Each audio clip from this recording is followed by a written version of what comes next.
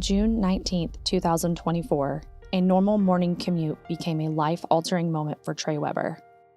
Running late to work, he crested a hill near Wellston, only to find traffic at a standstill.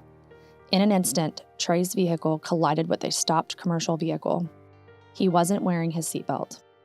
What happened next would forever change the way he views life and the choices we make behind the wheel. This is Trey's testimony in his own words.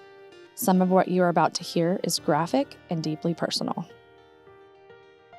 I woke up late for work that morning, came through Wellston, and then after that, it gets really fuzzy. The next thing I do remember, I was laying in the car and I was face down, and my head was cut open real bad, and I remember just sitting there just dropping blood, and I couldn't move. I was just like locked up. I was just sitting there, I was like, man, I did it this time, I think. It happened just a few cars ahead of me.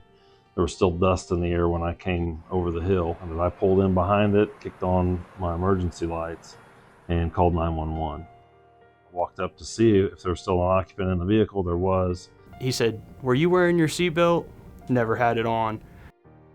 And I stayed there with him until the fire department arrived.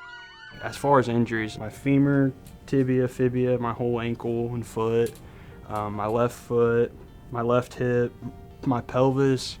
Probably took me 2 or 3 months to be able to walk again. It's definitely just hardest on my family for sure. Them having to go through that thought of, I'm showing up to this hospital. It wasn't the worst for me, but I would say it's really bad on your family. Just to make them go through that and have to think that.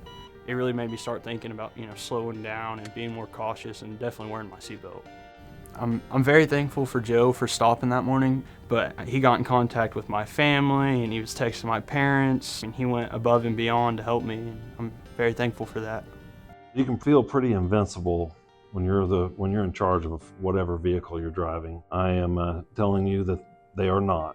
It impacts not only you, it can impact you for the rest of your life. Anybody who has to support you now that you can't work or now that you can't provide for yourself, just because you chose not to buckle that seatbelt.